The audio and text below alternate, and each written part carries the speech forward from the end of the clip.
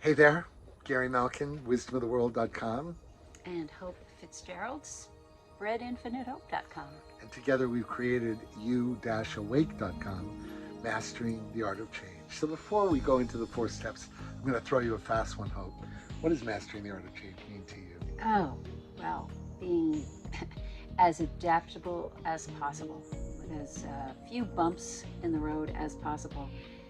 Mastering the art of change is, I gotta use this quote that I heard from Craig Hamilton years ago.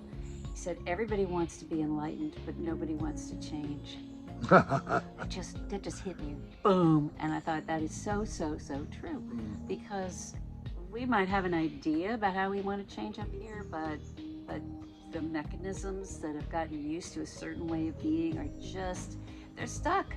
And it's not that easy to pull the stakes up and rearrange the furniture, so to speak. So being able to do that more elegantly and more seamlessly and with less agita, that's mastering the art of change, and quickly too. It reminds me of the similar kind of thing when you say pain is, an essential part of life, but suffering is not. Suffering is optional. And mastering the art of change to me is, what are the tools that we can use that will lubricate our experience to deal with the natural and inevitable aspects of life which involve change, which will happen constantly, and how can we minimize the suffering? And what we've learned about this, I gotta change the camera, my arm's gonna fall off.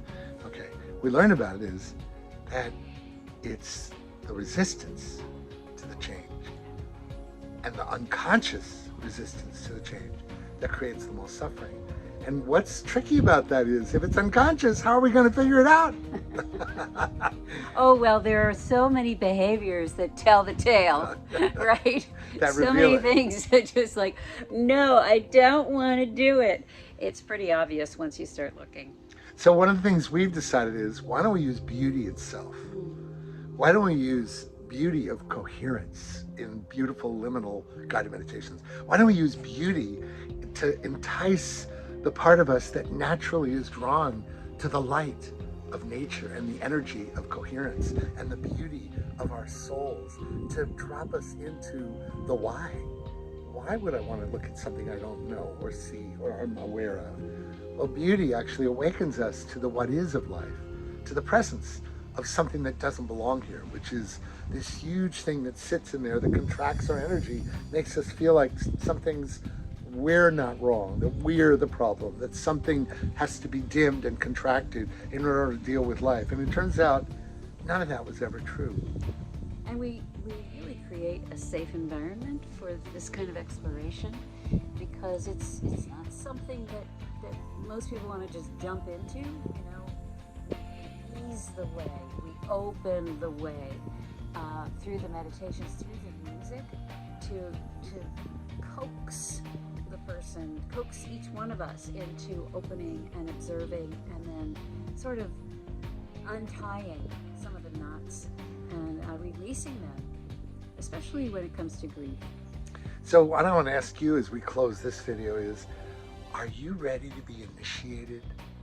Are you ready to step into a process that can actually reveal yourself to yourself?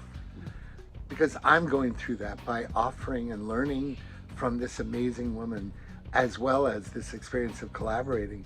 It's awakening me to the beauty of me in a way that I never ever expected. So we're hoping to share all that with you and the You Awake platform. So please join us, find out more about what our upcoming workshops are.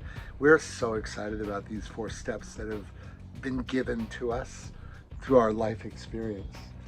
So we send you all our best. Yeah, we do. Take care of yourself.